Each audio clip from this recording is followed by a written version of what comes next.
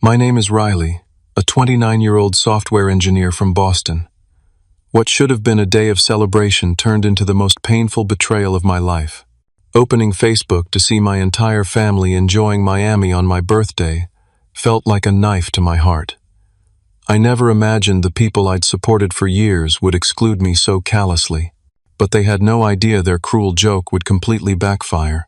Before I tell you how this story unfolds, let me know where you're watching from, and hit that subscribe button. Trust me, you'll want to see how my family learned that treating people like trash comes with a price. I grew up in a modest neighborhood in the suburbs of Boston. My family consisted of my father, Thomas, a construction worker with an unpredictable income, my mother, Diane, who worked part-time at a local department store, my older sister, Amanda, who was 3 years my senior, and my younger brother, Jackson, who was 4 years younger than me. We never had much growing up, but my parents always emphasized the importance of family sticking together through tough times. From an early age, I developed a reputation as the responsible one in the family. While Amanda was artistic and emotional, and Jackson was the charming troublemaker, I was the one everyone counted on. When I was 16, I started working after school at a local computer repair shop. I initially wanted to save for college, but much of that money ended up helping with household bills when my dad was between jobs or had medical issues that kept him home. After high school, I put myself through college at a state university, majoring in computer science. Those 4 years were brutal. I worked nearly full-time while carrying a full course load. There were semesters when I would go days without more than 4 hours of sleep. My parents couldn't contribute financially to my education, which I understood, but what hurt was how they seemed to take my self-sufficiency for granted. When I landed my first job as a junior software engineer at a financial technology company in Boston, my starting salary was more than my parents had ever made combined. I was proud and eager to help improve my family's situation. At first, it was emergency assistance here and there. Dad needed dental work that insurance wouldn't cover. Mom's car broke down and needed expensive repairs. Amanda got laid off and needed help with rent for a few months. Jackson wanted to attend a better college than we could previously afford. What started as occasional help gradually became systematic financial support. I bought my parents a new roof for their house when the old one started leaking. I helped them renovate their outdated kitchen. I paid off the remainder of their mortgage when the bank threatened foreclosure during an economic downturn. For Amanda, I co-signed her apartment lease and often covered the difference when she came up short on rent, which happened almost monthly. When she totaled her car, I put the down payment on a new one and set up automatic payments from my account for the monthly installments. Jackson benefited from my success too. I paid a significant portion of his college tuition, covered his textbooks and laptop, and gave him a monthly allowance so he wouldn't have to work while studying like I did. I wanted him to have the college experience I never got to enjoy. All this financial support continued, even as their situations improved. Dad got a supervisor position with better pay and more stability. Mom started working full-time as a department manager. Amanda finally secured a decent-paying job in marketing. Jackson was set to graduate with good prospects in his field. Yet somehow, the financial dependency never decreased.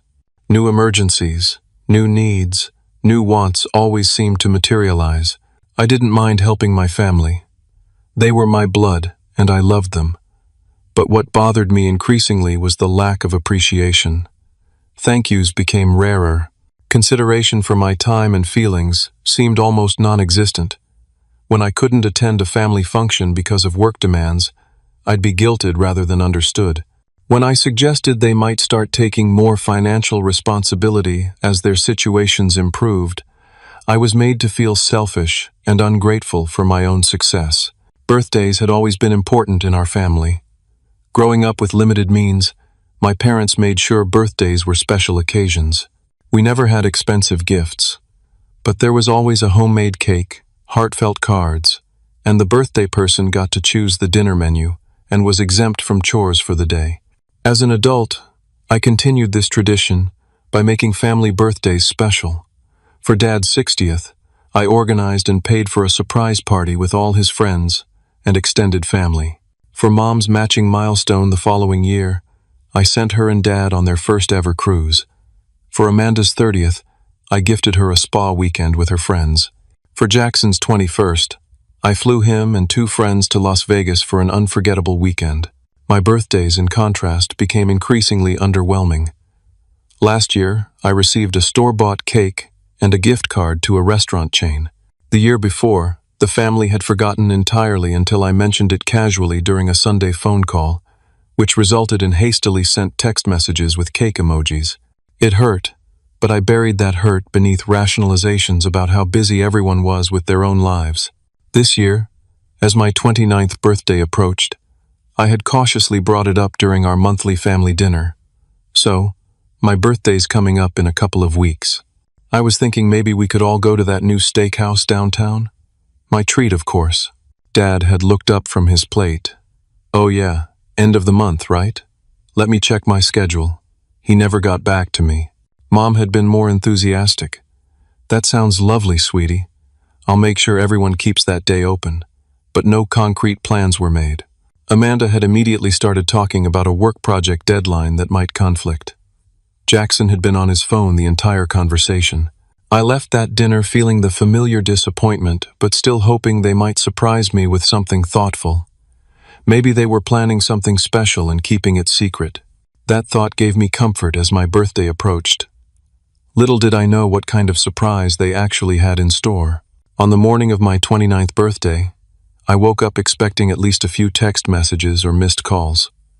My phone screen was empty except for work notifications and app updates. No happy birthday messages, not even from my family group chat that pinged constantly with memes and random conversations on normal days.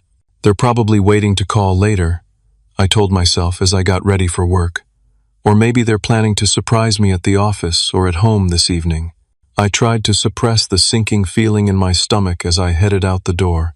At work, a few colleagues wished me happy birthday after seeing the notification on the company calendar.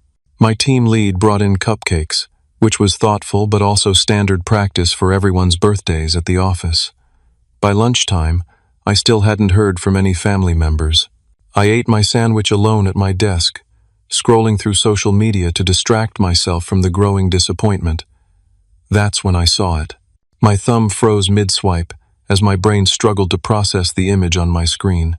It was a photo posted by my sister Amanda, time-stamped 2 hours ago. The caption read, "Day 1 of family vacation. Miami sunshine is just what we needed. Blessed family time sunshine." The photo showed my parents, Amanda, and Jackson posing on Miami Beach with wide smiles, tropical drinks in hand. My mother was wearing a new sun hat I had never seen before. My father had his arm around her shoulders, looking more relaxed than I had seen him in months. Amanda and Jackson were making peace signs at the camera, their skin already taking on the golden glow of a tan. My hands began to shake so badly I had to put my phone down. A wave of nausea hit me as the reality sank in. My entire family had gone on vacation together on my birthday without even telling me, let alone inviting me. I picked up my phone again, hoping there was some explanation. Maybe this was an old photo they were resharing. Maybe it was a quick weekend trip they had planned last minute and would be back for my birthday dinner. But as I scrolled through Amanda's profile, more photos appeared. Instagram stories showing them at the airport early yesterday morning. Check-in posts at a beachfront hotel I recognized as an expensive resort. A group selfie with the caption, "Finally taking that family getaway we've all been needing. 7 days of pure relaxation ahead." 7 days. They had planned this. This wasn't spontaneous. This was a deliberate, coordinated family vacation that excluded only one person. Me. My colleague Samantha noticed something was wrong when she stopped by my desk to discuss a project. "Riley, you look like you've seen a ghost. Are you okay?" I couldn't find the words to explain the betrayal I was feeling. How do you tell someone that your entire family decided to fly to Miami on your birthday without you? That they were posting about their wonderful family time while completely ignoring your existence? "I'm not feeling well," I managed to say. "I think I need to go home." Samantha looked concerned but didn't press further. "Of course. It's your birthday, you shouldn't be here if you're sick. Go home and rest." I packed up my laptop with mechanical movements, my mind still struggling to process what was happening. The subway ride home passed in a blur. Once inside my apartment, I sank onto my couch and began the masochistic task of scrolling through more photos and posts about their trip. There was my brother Jackson, tagged at a poolside bar. Starting vacation right. No worries, family first. My mother had posted a sunset photo with my father. So grateful for this time away with the people who matter most. Blessed family. The comments under these posts made it even worse. Extended family members and friends asking about their sudden vacation plans. My Aunt Laura asking, "Looks amazing. Was this planned long? So jealous." My father had replied, "Been planning this for months. Needed a real family getaway." Months. They had been planning this for months. Every family dinner, every phone call, every text exchange, they had all known about this trip and deliberately kept it from me. Then came the comments that broke me completely. My cousin Drew had commented on one of the beach photos. "Whole family looks great. Where's Riley?" My mother had responded, "Just us four on this trip. Sometimes you need a break from routine." I was the routine they needed a break from. I, who had given them everything I could, who had supported them financially and emotionally for years, who had never asked for anything in return except basic appreciation and inclusion. I was the one they needed a break from. The physical pain of this realization was overwhelming. My chest felt tight, my breathing shallow. Tears burned in my eyes but wouldn't fall, as if even my body was too shocked to react normally. I sat there, scrolling through more evidence of their betrayal, watching as they enjoyed the sun and sea on my dime, because I knew with absolute certainty that this trip had been funded at least partially by my financial support. As the afternoon wore on, more photos appeared. A fancy dinner at an upscale restaurant, shopping bags from designer stores, jet ski rentals and parasailing adventures. All expensive activities that I suspected were possible because of the money I regularly provided to each of them. Not once in any photo, caption, or comment was there any mention of my birthday or my absence. It was as if I didn't exist in their world at all, except as the invisible bank account that made their luxuries possible. As evening fell, I sat in my darkened apartment, still scrolling through their vacation updates. My phone remained silent. No birthday calls, no texts, not even the cursory social media greeting that distant acquaintances might offer. The complete absence of acknowledgement felt deliberate, a calculated erasure of my existence on the one day that should have been about celebrating it. I debated what to do. Call them? They might not even pick up, busy with their beachside cocktails and sunset views. Send a private message? Too easy to ignore or dismiss. After hours of hurt building into something harder and sharper, I decided on the most public approach possible, the same platform they had used to flaunt their betrayal. Under Amanda's most recent beach photo, I wrote a single-word comment. Why? Simple. Direct. Impossible to misinterpret. I put my phone down and tried to distract myself with television, but found myself checking for responses every few minutes. An hour passed. Nothing. 2 hours. Still nothing. I wondered if they were deliberately ignoring me, or if they were too busy enjoying themselves to notice my comment. Just as I was about to give up and try to sleep, my phone notification sounded. A reply to my comment. It was from my father.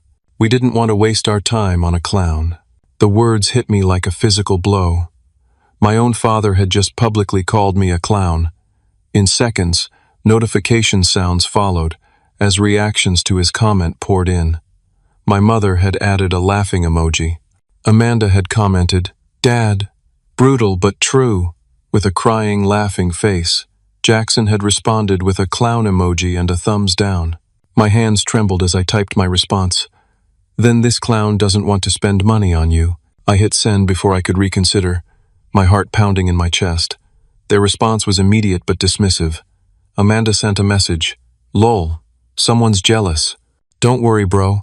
We'll bring you a souvenir," Jackson added. "Can't take a joke?" Typical Riley drama. My phone started ringing. It was my mother. I answered, my voice tight with emotion. "Riley, honey," she began, her tone casual and slightly slurred from what I assumed were vacation cocktails. "You know your father was just joking. Don't be so sensitive." "Joking?" About excluding me from a family vacation on my birthday? About publicly calling me a clown? Oh, sweetie, is it your birthday? I lose track of dates on vacation. Happy birthday. She sounded distracted, beach music playing loudly in the background. And this trip just came together last minute. You know how these things happen. Last minute? Dad commented that you've been planning it for months. A pause. Well, we knew you'd be busy with work. You're always working. We didn't want to bother you with something you'd probably say no to anyway. You didn't even give me the chance to say yes or no. You deliberately excluded me, and now you're lying about it. Riley, you're overreacting. It's just a little family trip. We'll celebrate your birthday when we get back, promise. Like you celebrated last year? With a grocery store cake and a $25 gift card? Now you're just being ungrateful. We do the best we can. You know not everyone has your fancy job and disposable income. Disposable income that pays for Amanda's car, Jackson's tuition, and half your monthly expenses. The line went quiet for a moment. I have to go. Your father wants to go to dinner. Stop being dramatic and we'll talk when we get back. She hung up before I could respond. Almost immediately, my phone buzzed with a text from Amanda. Mom says you're being a baby about the trip. Seriously, bro, get over yourself. Not everything is about you. We needed this family time. Family time. Without the full family. I didn't respond, but another text came through minutes later. Anyway, totally unrelated, but could you make this month's car payment a little early? The bank sent a reminder, and I'm worried about fees if it's late. Thanks. You're the best. Enjoy your birthday. The audacity was breathtaking. In the same message where she dismissed my feelings, she was asking for more money. I didn't reply to her either. Jackson was next, sending not a message but several memes about being left out, with captions like, "When you're not invited to the party," and "Forever alone." He followed these with a text saying, "Just jokes, big bro. Don't take life so seriously. By the way, can you send this month's allowance to my PayPal? Miami is expensive. Lol." Their collective response made one thing crystal clear. None of them were taking my hurt seriously. None of them recognized the cruelty of their actions. And all of them still expected my financial support to continue uninterrupted, as if my feelings and dignity were irrelevant as long as the money kept flowing. As I sat there looking at their messages, something hardened inside me. Years of taken-for-granted generosity crystallized into a resolve I had never felt before. They thought I was joking about the money. They were about to discover just how serious I was. The next morning, I called in sick to work. For the first time in my adult life, I needed to take a hard look at exactly how much money I had been giving my family. I always knew it was substantial, but I had avoided calculating the total, partly because I didn't want to seem transactional about helping the people I loved, and partly because I suspected the number would be shocking. I opened my laptop and began methodically going through my financial records. First, I created a spreadsheet for my parents. Over the past 5 years, I had paid for a new roof for their house, $15,000, kitchen renovation, $22,000, bathroom updates, $8,000, medical bills not covered by insurance, approximately $12,000, monthly loans that were never repaid, averaging $600 per month for 5 years, $36,000. The remainder of their mortgage to prevent foreclosure, $47,000. Various emergency expenses, car repairs, and appliance replacements, approximately $18,000. The total for just my parents came to $158,000, not including gifts for birthdays and holidays, dinners out that I always paid for, and countless smaller expenses I had covered without thinking. Next, I tallied Amanda's expenses. Down payment on her car, $6,000. Monthly car payments for 3 years, $16,000. Rent assistance, averaging $400 monthly for 5 years, $24,000. Emergency loans for everything from dental work to a professional wardrobe, approximately $15,000. Amanda's total, $61,000. Finally, Jackson, college tuition contribution for 4 years, $40,000. textbooks, and laptop. $6,000. Monthly allowance of $500 for 4 years. $24,000. Spring break trips and other college experiences. $8,000. Jackson's total. $78,000. I stared at the final number on my screen. $297,000. Nearly $300,000 over 5 years. Money that could have gone toward buying my own home instead of renting, investing for my future, or simply enjoying the fruits of my hard work. The revelation left me breathless. I had known it was a lot, but seeing the actual figure was staggering. What was even more staggering was realizing how little appreciation or respect I had received in return. My 29th birthday spent alone while they vacationed in Miami was the perfect symbol of our relationship dynamic. I took a deep breath and began making phone calls. First to my bank, where I canceled all automatic transfers to my family members' accounts. The customer service representative asked if there was a problem with the transfers. "No problem," I replied, my voice steadier than I expected. "I'm just ending these payments permanently." Next, I called the financing company for Amanda's car. I explained that I would no longer be making payments on the vehicle. The representative warned me that as co-signer, my credit could be affected if payments weren't made. "I understand," I said. "Please note in your system that I've given notice and will not be responsible for further payments." For Jackson's tuition assistance, I logged into the university payment portal and removed my credit card information. For the monthly allowance I sent him, I canceled the recurring PayPal transfer. Each action felt simultaneously painful and liberating. These were people I loved, people I had wanted to support and see thrive, but they had shown me clearly that they didn't value me as a family member, only as a financial resource. As I made these changes, text notifications began appearing on my phone. Automated messages from banks about canceled transfers, payment reminders for accounts I had just removed myself from. I muted them all. Let the consequences unfold without my immediate attention. That evening, I drafted an email to my supervisor, explaining that I needed to take a few personal days. I had accumulated weeks of unused vacation time over the years, always too dedicated to my work to take more than the occasional long weekend. Now I would use some of that time to process this fundamental shift in my life and prepare for the inevitable confrontation with my family. The next few days passed in a strange, quiet limbo. My family was still in Miami, apparently unaware of the financial changes I had implemented.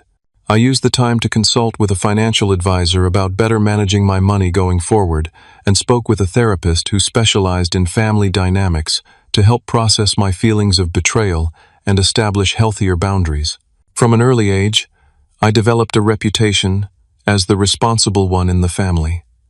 While Amanda was artistic and emotional, and Jackson was the charming troublemaker, I was the one everyone counted on. When I was 16, I started working after school at a local computer repair shop. I initially wanted to save for college, but much of that money ended up helping with household bills when my dad was between jobs or had medical issues that kept him home. By the 5th day after my birthday, I felt stronger and clearer about my path forward. I would not resume financial support unless there were genuine consequences and changes in our relationship. I would require respect and consideration as a condition of any future assistance, and I would need sincere acknowledgement of how deeply their actions had hurt me. Little did I know that while I was making these resolutions, the first financial dominoes were already beginning to fall in Miami. The vacation bliss was about to come to an abrupt end. My family's 7-day Miami vacation continued without interruption. Their social media feeds a constant stream of beach photos, fancy dinners, and tourist activities. Not once did any of them mention my birthday again or express any regret about their hurtful comments. As far as they were concerned, the minor drama had been resolved and everything could continue as normal. The therapist helped me see that my generosity had inadvertently enabled my family's entitled behavior. By always being the financial safety net, I had allowed them to avoid responsibility for their choices and never develop appreciation for my contributions. It was a painful realization, but also an empowering one. I couldn't change their behavior, but I could change mine. No such messages came, likely because they were still upset about my comment and expected me to apologize first. They returned from Miami on a Sunday evening. I knew this because Jackson posted a obligatory back-to-reality airport selfie. I expected to hear from at least one of them that night, or the next morning, if only to resume the usual pattern of financial requests. But Monday passed in silence. No calls, no texts. Tuesday morning, the first signs of my financial changes hit. My mother called at 7:30, her voice tight with confusion and the beginning edges of panic. "Riley? There must be some mistake with the bank. The money you usually send for the household bills hasn't shown up in our account." "It's not a mistake," I replied calmly. "I canceled all the automatic transfers." A pause. "Very funny. This isn't the time for jokes, Riley. The mortgage payment is due tomorrow." "I'm not joking. And it's not a mortgage payment. I paid off your mortgage last year. It's your property tax escrow payment. Whatever it is, we need that money. Your father and I have budgeted with that in mind. You should have thought about that before taking a luxury vacation to Miami without me and publicly humiliating me on my birthday." Her tone turned cold. "So this is some kind of revenge? How childish can you be? It's not revenge. It's consequences. You can't treat someone like they don't matter and then expect them to keep supporting you financially." "We were joking. You know your father doesn't mean half the things he says. You're blowing this whole thing out of proportion. If it was just the hurtful comment, maybe. But you all deliberately excluded me from a family vacation that fell on my birthday. A vacation you'd been planning for months while lying to my face about it. We didn't think you'd want to come. You're always so busy with work. You never asked me. You never gave me the choice. Well, be that as it may, we need that money transferred today. Your father has a doctor's appointment we need to pay for, and the utility bills." "No," I interrupted, surprising both of us with my firmness. "I'm not sending any more money. You and Dad both have jobs. You have income. You need to figure out your finances without my help from now on. You can't be serious." Her voice had risen an octave. "After everything we've done for you, what exactly have you done for me, Mom? What have any of you done for me lately, except take and then exclude me from your lives when it suited you?" She hung up without responding. Within minutes, my father called. I let it go to voicemail. His message was a mixture of anger and disbelief, with vague threats about family loyalty and how I would regret turning my back on blood. An hour later, Amanda called in tears. The bank had notified her that her car payment had bounced, resulting in a late fee and a warning about possible repossession if the account wasn't brought current immediately. "I don't understand," she sobbed. "Did you forget to make the payment? They're saying it's 2 weeks late." "I didn't forget. I notified the finance company that I won't be making any more payments on your car." Her tears stopped abruptly. "You what? You can't do that. You promised you'd help me with the car. You're the co-signer." "Yes, and as the co-signer, I've been making 100% of the payments for 3 years while you spend your income on designer clothes and weekly salon appointments. That's not fair. I have expenses too." "So do I. And one of my expenses for too long has been financially supporting ungrateful family members who don't even want me around on my birthday." "Oh my God, are you still on that?" "It was just a vacation, Riley. We didn't invite you because you're always such a downer with your budgeting talk and responsible adult routine. We wanted to have fun for once." Her words confirmed everything I had suspected, but hadn't wanted to admit to myself. They hadn't excluded me because they thought I was busy or wouldn't want to come. They had excluded me because they didn't enjoy my company. They didn't want the responsible one around to potentially question their extravagant spending or reckless choices. Well, now you get to be the responsible adult. The next car payment is due in 2 weeks. I suggest you figure out how to make it. Jackson was next, his carefree vacation persona completely gone. "Dude, what the hell? The university finance office says my tuition payment for next semester hasn't been made, and my building manager says the rent for my apartment is late. What's going on? I'm no longer covering those expenses." Unlike the others, Jackson seemed genuinely confused, rather than immediately angry. "But why? What did I do?" "It's not what you did. It's what you all did.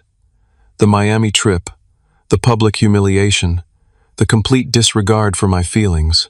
That was just messing around. I didn't know you were seriously upset. Well, I am. And I'm seriously done being the family ATM while being treated like an outsider. But this is my education we're talking about. And my housing. I could get kicked out. You have options. Get a job. Apply for financial aid. Ask mom and dad for help. Take out student loans like most other college students.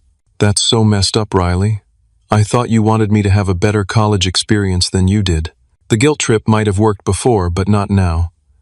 I wanted my little brother to appreciate the opportunities he was given. Instead, you joined the rest of the family in excluding and mocking me. The individual calls and texts continued throughout the day and into the next, sometimes angry, sometimes pleading, occasionally attempting to guilt me with comments about family obligation and how much they had sacrificed for me growing up. I remained firm, though each interaction drained me emotionally. By the end of the week, the tone of their messages had shifted from angry entitlement to genuine worry. My mother left a voicemail saying they were struggling to cover basic expenses. Amanda texted that she had received a formal warning from the auto finance company. Jackson sent a screenshot of an email from his university about his enrollment status being in jeopardy due to unpaid fees. 9 days after they had returned from Miami, I received a call from my father. His voice, normally confident and often dismissive, sounded shaken. "Riley, we need to talk. All of us. Face to face. This has gone far enough." "I agree," I said, surprising him with my calm agreement. "Tomorrow evening at your house, 7 o'clock. We'll be here," he replied, an unusual note of humility in his tone.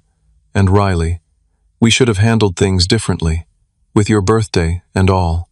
It wasn't quite an apology, but coming from my proud father, it was the closest thing I'd heard in years. I ended the call feeling both apprehensive and resolute about the confrontation to come. I arrived at my parents' house at exactly 7 o'clock the next evening, a thick folder of financial documents under my arm. From the driveway, I could see all the lights on inside and silhouettes moving around the living room. My family was already assembled, waiting for me. Taking a deep breath, I walked up to the front door, a door I had helped pay to replace 3 years ago when a storm had damaged the original. Instead of using my key as I normally would, I rang the doorbell. This wasn't a casual family visit. This was a reckoning. My mother opened the door, her expression a complex mixture of relief, wariness, and lingering indignation. "Riley, come in." No hug, no warm greeting. The tension was palpable. In the living room, my father sat in his favorite recliner, his posture rigid and defensive. Amanda occupied one end of the couch, her eyes red from crying. Jackson paced near the window, looking more like a trapped animal than the carefree college student he usually portrayed. All of them watched me enter with a combination of resentment and desperation. "So, my father began before I had even sat down. This little financial tantrum of yours has gone far enough.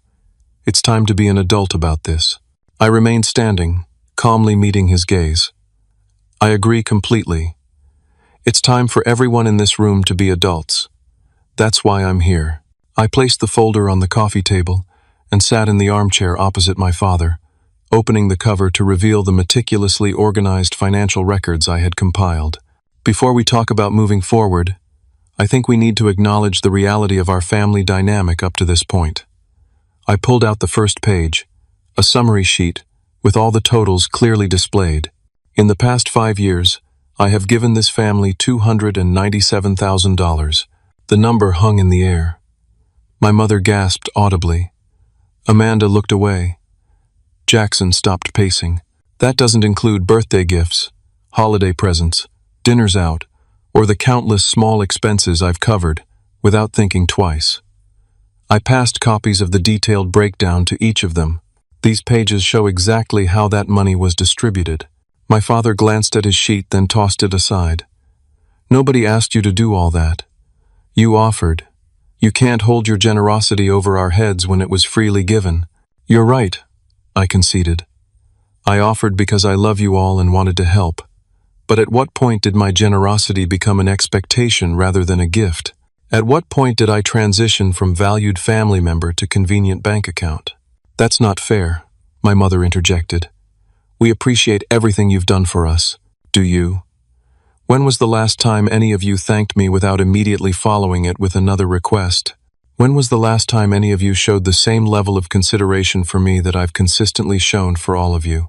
Amanda wiped away a tear. We say thank you all the time. Thank you for the money, yes. But what about respecting me as a person, including me in family plans? Remembering my birthday without me having to remind you. Jackson had picked up his financial sheet and was staring at it, his face pale. I had no idea it was this much, he said quietly. I never added it all up. Neither did I admitted. Not until last week. But this isn't actually about the money. It's about what the money represents. It represents years of me putting this family first, often at the expense of my own needs and goals. And in return, I got excluded from a family vacation that happened to fall on my birthday. I got publicly mocked by my own father and siblings. I got dismissed when I expressed hurt over these actions. My father shifted uncomfortably in his chair. It was just a joke that went too far. We didn't think you'd take it so seriously. Would you have made the same joke to Amanda? To Jackson? Or is it only acceptable to mock me because I'm the one who pays for everything? No one answered. I continued, my voice steady despite the emotion building inside me. The Miami trip was just the final straw. For years I've been feeling increasingly taken for granted. My birthdays get forgotten or minimally acknowledged, while I go all out for each of yours. My time is considered less valuable than anyone else's. My feelings are dismissed as oversensitivity whenever I express hurt. My mother had tears in her eyes now. We never meant to make you feel unappreciated, Riley. You're so capable, so self-sufficient. Sometimes we forget that you need recognition and consideration too. That's the problem. You forget I'm a person with feelings, not just a financial resource. Amanda looked up, her expression shifting from defensive to something closer to genuine remorse. I didn't realize how much I've been relying on you. The car, the rent help, it just became normal. I stopped even thinking about what it meant for you. And did you think about me at all when planning the Miami trip? Did any of you consider how it would feel for me to discover through Facebook that my entire family had gone on vacation without me? Jackson spoke up. We talked about inviting you, actually. But Dad said, Jackson, my father warned, but it was too late. Dad said what? I pressed. Jackson looked between our father and me, then continued reluctantly. Dad said you'd probably just complain about the expense and ruin everyone's fun. That you were turning into a killjoy with all your responsibility talks. The truth hurt, but it also confirmed what I had suspected. I turned to my father. So I'm good enough to pay for your lifestyle but not good enough to vacation with? My father's face flushed with a mixture of embarrassment and lingering defiance. You've changed, Riley. Ever since you got your fancy job and started making good money, you've had this superiority complex. Always talking about investments and savings and responsible choices, making the rest of us feel like irresponsible children. I talk about those things because I care about this family's future. Because I've been carrying the financial burden for all of you, and hoped that eventually you'd become more independent. We never asked you to carry anything, he shot back. Really? I pulled out more documents. Here's a text from you last year asking for $8,000 for a new HVAC system. Here's one from Mom about covering property taxes when you came up short. Here's Amanda asking me to pay for car repairs on top of the regular payments I was already making. Here's Jackson requesting extra money for spring break beyond his monthly allowance. I laid each piece of evidence on the table. You may not have explicitly asked me to carry everything, but you created a dynamic where I felt responsible for everyone's financial well-being. And in return, I got exclusion and mockery. The room fell silent. The evidence was too overwhelming to deny. Finally, my mother spoke, her voice thick with emotion. We've been terrible to you, haven't we? Taking and taking without giving back the one thing that would have cost us nothing, respect. Her honest admission broke something in the room's atmosphere. Amanda began crying openly. I'm so sorry, Riley. I didn't see it. I didn't want to see it. It was easier to keep taking your help than to face how selfish I was being. Jackson moved to sit on the couch, his face troubled. I thought it was normal. Like, that's what big brothers do, they help out. I never thought about the total, or what you were giving up to help me. Only my father remained outwardly unmoved, though I could see conflict in his eyes. His pride was battling with the undeniable reality of the situation. So what now? He finally asked. You've made your point. You've cut us all off financially, and watched us scramble for over a week. Are you satisfied? Is your revenge complete? This isn't about revenge, I said firmly. It's about establishing healthy boundaries and a family dynamic based on mutual respect rather than financial dependency. And what does that look like in practical terms? My mother asked. It means I'm willing to help in true emergencies, but daily expenses, bills, tuition, car payments, those are your individual responsibilities now. It means including me in family events and respecting my feelings. It means acknowledging my birthday with the same consideration I've shown for yours. Amanda nodded slowly. That's more than fair. I should have been handling my own car payments long ago. Jackson looked troubled. I don't know how I'll pay for school without your help, but I guess I could get a part-time job, maybe apply for scholarships. I'm not saying I'll never help with education, I clarified, but it would be as a gift freely given, not an expectation or obligation, and it would come with the understanding that my generosity deserves basic respect and appreciation in return. My father finally spoke, his voice quieter than before. You're right. We've been taking advantage, and it took this extreme measure to make us see it. Coming from him, this partial admission was significant. I shouldn't have said what I did on Facebook, and we shouldn't have planned that trip without you, especially not on your birthday. It wasn't a full apology, but from my proud father, it was a meaningful concession. The ice that had formed around my heart began to crack slightly. I'll need to see real changes before financial support resumes, I said. Actions, not just words. They all nodded, the reality of their situation sinking in. This wasn't a temporary punishment they could wait out. This was a fundamental shift in our family dynamic that required genuine change on their part. As I prepared to leave, my mother approached me hesitantly. Your birthday. We missed it completely. Would you let us make it up to you? A simple dinner, nothing fancy. Just family time where we can start rebuilding. I considered her offer. Maybe. Let me think about it. I wasn't ready to jump back into normalcy, but I was willing to leave the door open for healing. I walked out of their house that evening, feeling emotionally drained but also lighter, as if I had put down a burden I'd been carrying for years. The road ahead would be complicated and probably painful at times, but for the first time, I felt like my family might be seeing me, really seeing me as a person worthy of respect, rather than just a convenient financial resource. The weeks following our confrontation were difficult for everyone involved. My family had to quickly adjust to financial reality without my support, and I had to process years of built-up resentment and hurt while resisting the urge to swoop in and rescue them when they struggled. It would have been easier in the short term to fall back into old patterns, but I knew that would only perpetuate the unhealthy dynamic we'd established. For the first time in my adult life, I focused entirely on myself. I consulted a therapist who specialized in family dynamics, who helped me understand that my enabling behavior had contributed to the problem. By always being the financial safety net, I had inadvertently encouraged dependency and entitlement. Breaking that cycle was painful but necessary for everyone's growth. My father was initially the most resistant to our new reality. His pride made it difficult for him to admit his role in the breakdown of our relationship. 2 weeks after our confrontation, he called me with news that their water heater had broken. It's going to cost $2,000 to replace, he said, the request implicit in his tone. That's unfortunate, I replied. Have you checked if your home warranty covers it? A pause. You know we don't have one of those. You might want to look into getting one. They're helpful for these kinds of emergencies. In the meantime, most plumbing companies offer financing options. The conversation was awkward, but it was a necessary boundary. Later that week, my mother told me they had found a reasonably priced plumber who allowed them to pay in installments. My father had picked up weekend work to cover the extra expense. It wasn't easy for them, but they were adapting. Amanda surprised me the most with her response to the new boundaries. After the initial shock and resentment wore off, she approached her situation with unexpected maturity. She called me 3 weeks after our confrontation.